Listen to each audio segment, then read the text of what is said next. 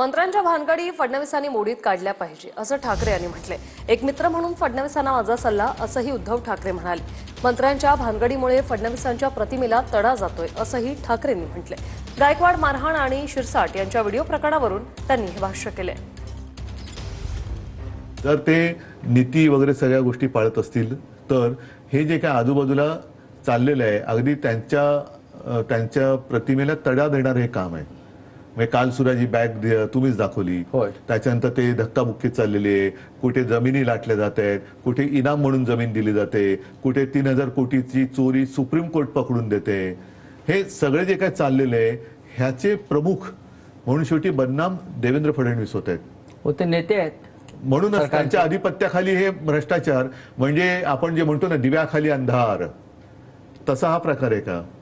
की आत्ता ज्या काही सगळ्या त्यांच्या सहकारी मंत्र्यांच्या भानगडी लफडी कुलंगडी बाहेर येत आहेत ती त्यांनी मोडीत काढली पाहिजेत।